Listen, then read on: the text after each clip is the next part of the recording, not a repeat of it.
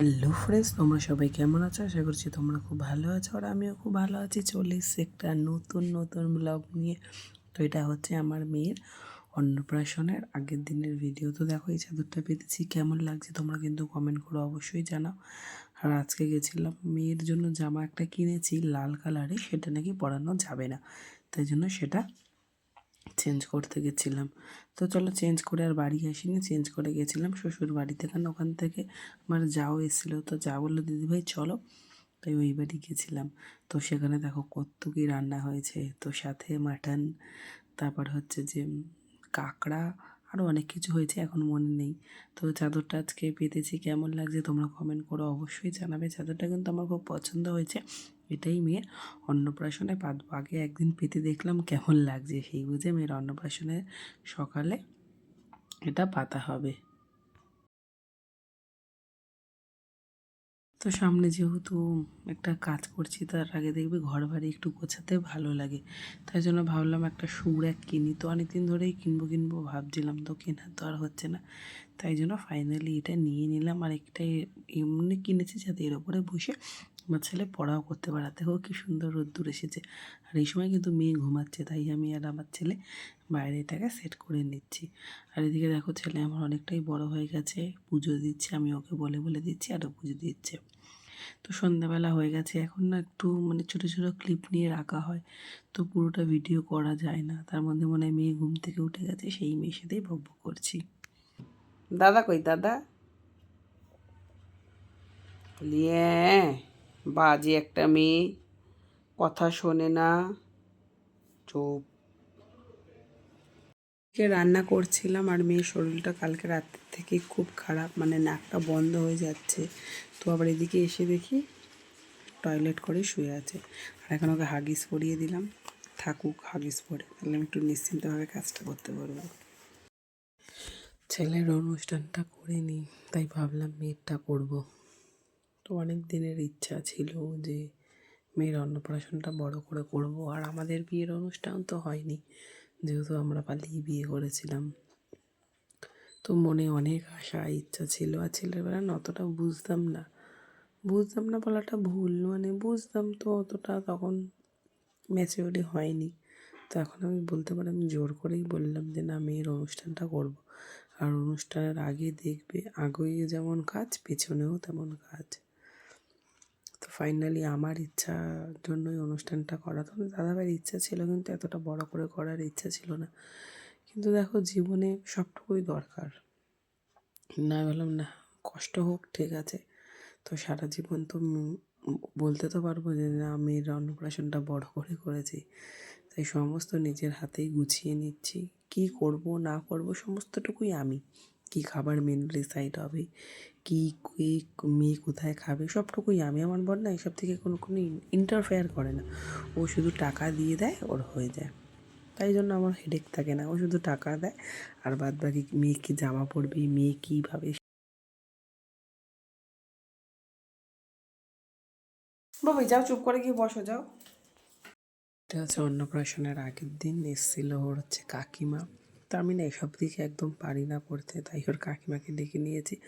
আর এটা অনলাইন দিয়ে অর্ডার করেছি, যে পিছনের ব্যাকগ্রাউন্ডটা ওখানে বসে ওকে খাওয়াবো, তাই জন্য এটা কেনা হয়েছে। তো তোমরা কে কীভাবে করো কমেন্ট করে জানিও, মানে কে কীভাবে ছেলেমেয়ের অন্নপ্রাশনটা করেছো। আমার এখন দেখবে না, ফেসবুক ইউটিউব খুললে এইসবই দেখা যায়। তো দেখো এইভাবে সাজাচ্ছে, আমি না পারি না, বেশ খুব সুন্দর করে বেশ সাজাচ্ছে। তাই জন্য ওকে ডেকেছে। আর ও যেহেতু কোনো বাচ্চা কাচ্চা নেই, ফ্রি আছে, হালুমা একটুখানি আসো না, তো এসে করে দিয়ে গেছে। ওই করেছে, আমি কিছু করিনি, আমি শুধু বসে বসে ভিডিও করেছি। তো চলো কী করব, আমার এটাই কাজ। তো কেমন লাগছে অবশ্যই কমেন্ট করে জানিও, তোমাদের ফুল লুকটা পরে অবশ্যই দেখাবো। তো ও করছে আর আমার সাথে বকবক করছে, ছেলে তো ডিস্টার্ব করছেই, তো ওই সব করছে, আর আমি আরও বকবক করছি। এইসব কাজ ও কিন্তু খুব ভালো পারে। আর অনলাইন থেকে বেশি দামও নেয়নি, মিশো থেকে অর্ডার করেছিলাম, তাড়াতাড়ি চলে এসেছে। আমি কিছু আমাকে বলছে দিদিভাই কেটে দাও, আমি কেটে দিচ্ছি, তো তুমিই করো। তো চলো কেমন লাগছে জানিও, অনেক দিনের আশা পূর্ণ হচ্ছে, কিন্তু দিনটার জন্য খুব টেনশানও হচ্ছে যে দিনটা জানি ভালোভাবে কাটে। কোনো অনুষ্ঠান দেখবে হলে না, তার আগের দিন একটা টেনশন কাজ করে যে ঠিকঠাক হবে তো। তো যা অ্যারেঞ্জমেন্ট করেছিলাম কম পড়বে না, তো একটা মনে একটা চাপা চিন্তা থাকে, সেগুলো না কাউকে বলে প্রকাশ করা যায় না। তাই ভাবলাম তোমাদেরকে বলি।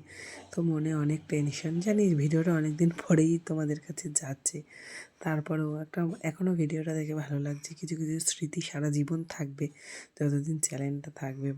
তো ভাবলাম, তো আমার তো খুব পছন্দ হয়েছে।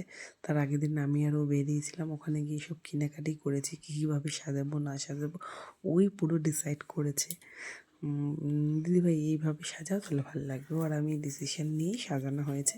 তো আমি তো কিছু করিনি, আমি জাস্ট সেলো টেপগুলো কেটে দিচ্ছি আর ওই সাজাচ্ছে।